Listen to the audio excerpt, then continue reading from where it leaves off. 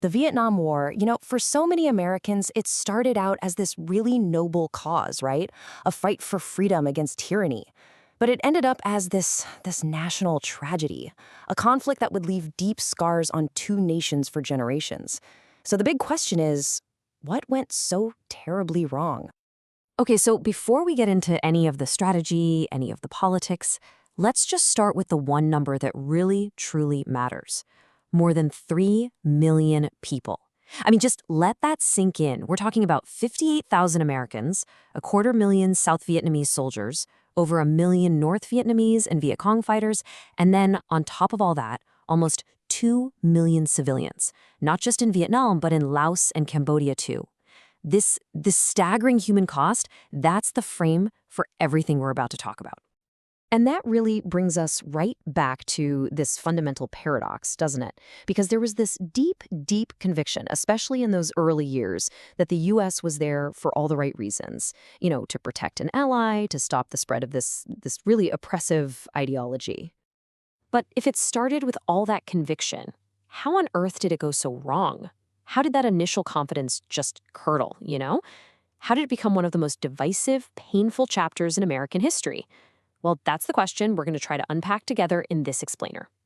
All right, so to really get to the heart of it, we can't start in the 1960s when the American troops landed. No way. We have to go back, way back. We've got to rewind the clock to a time of French colonialism and all the fear and anxiety of the brand new Cold War. So the roots of this war, man, they run deep. It all really kicks off back in 1858, when France rolls in and colonizes Indochina. And that starts almost 100 years of Vietnamese resistance. Then, get this, in 1919, a young nationalist, a guy named Ho Chi Minh, he goes directly to U.S. President Woodrow Wilson. He's asking for Vietnamese independence. And he's just ignored, flat out ignored. Now here's where it gets really interesting. During World War II, Ho Chi Minh is actually fighting with the U.S. against the Japanese. And right after the war, in 1945, he declares Vietnam independent. But the French, they want their colony back. Well, that leads to a war. And after a really humiliating defeat for them at a place called Dien Bien Phu in 1954, the French are out. And that's when an international agreement just slices Vietnam in half. You get a communist North and a US-backed South. And right there, that's the critical misunderstanding, the one that's going to haunt this whole thing. See, for the folks in Washington, this was all about stopping global communism. It was a chess match. But for Ho Chi Minh and his people, this wasn't about communism. It was just the next bloody chapter in their 100-year-long fight for independence. First it was the French, then it was the Japanese, and now, in their eyes, it was the Americans. Okay, so that begs the question, right? How did the United States get pulled so deep into this? Well, that's where we get to the story of America's escalation. The engine driving everything in Washington was this one powerful idea, this deep-seated fear. And it was all wrapped up in what they called the domino theory. And listen, this wasn't just some academic theory. This was the actual lens they saw the world through. They were absolutely convinced that if South Vietnam fell to communism, it wouldn't be the end. Nope, Laos would go next, then Cambodia, then Thailand. The whole region would just fall like a row of dominoes. So for them, stopping in Vietnam wasn't just about Vietnam. It was about holding a global line against the Soviets and the Chinese. Nobody decided to just jump into a full-blown war overnight. It was more like a slow, slippery slide downhill. It started small, with military advisors and some money under President Kennedy. Then came 1964, and this really murky, disputed event called the Gulf of Tonkin Incident. And that basically gave President Johnson a blank check from Congress to do whatever he wanted, which led directly to Operation Rolling Thunder, a massive, systematic bombing campaign against North Vietnam. And finally, when it looked like the South was about to completely collapse, Johnson made the huge, fateful decision to send in ground troops. He was terrified that pulling out would be this huge national humiliation. But all that high-level strategy, all that talk in Washington, for the guys actually sent to fight this thing, it meant absolutely nothing.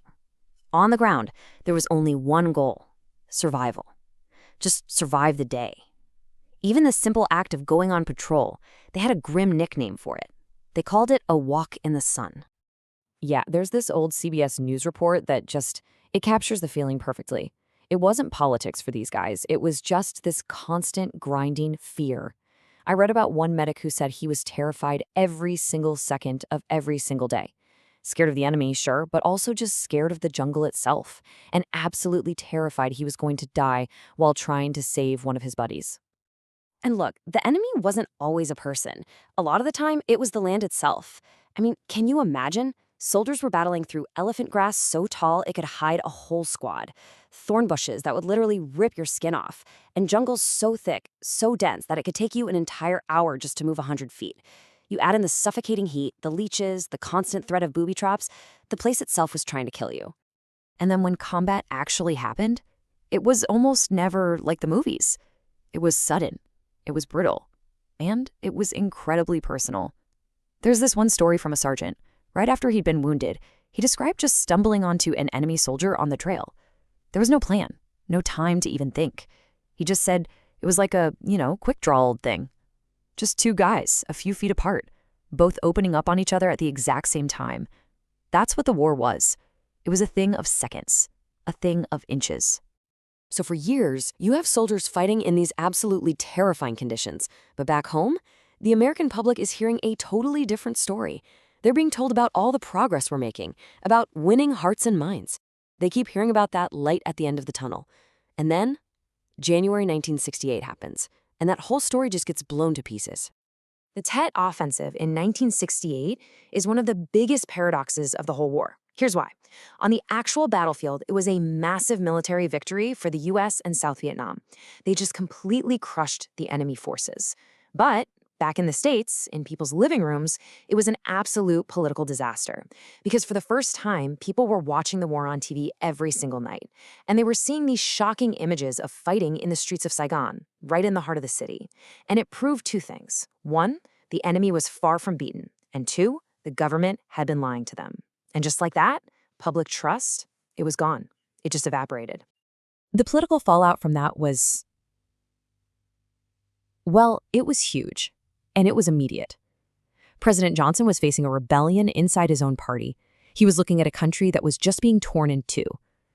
And so he gets on national television and makes this stunning announcement. He's not going to run for re-election.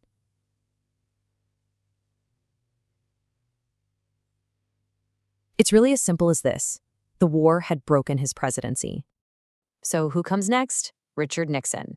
And he wins the presidency with a pretty simple promise. End the war. His big plan was something called Vietnamization. The idea was, okay, we're going to slowly pull our troops out, but while we do that, we're going to train and equip the South Vietnamese army so they can take over the fighting themselves. The goal, or at least the slogan, was peace with honor. But achieving that peace with honor, well, that path turned out to be incredibly long and incredibly brutal. The final years of the war would end up leaving these deep wounds on every single side that honestly probably still haven't fully healed. And when the end finally came, it happened fast. I mean, shockingly fast. The last American combat troops were out by March of '73. Then, the next year, Nixon is forced to resign because of Watergate, and a Congress that is just exhausted by this war slashes all the funding to South Vietnam. By April 1975, it's all over. North Vietnamese tanks are literally crashing through the gates of the presidential palace in Saigon. Just like that, after 30 long years, the war was over. The aftermath was just devastating, and the scars from it are things we're still dealing with today.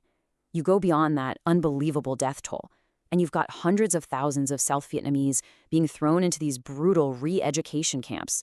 You have the land itself, poisoned by chemicals like Agent Orange, which led to generations of health problems and birth defects. You have 1.5 million people, the boat people, fleeing for their lives on the open ocean. And here in America, you had veterans coming home, not to parades, not to a grateful nation, but to a country that was divided and didn't understand, leaving them to face all that trauma pretty much on their own. When you look back, maybe no single phrase captures the completely maddening logic of this war better than that one that came out of the fighting. The idea that you had to destroy a village in order to save it. Just think about that for a second. That contradiction, that's the very heart of this whole tragic story. In all of this, it leaves us with one final and, I think, unavoidable question. After 3 decades of brutal, brutal war, after millions of lives were lost, after entire nations were changed forever, what does it even mean to win a war?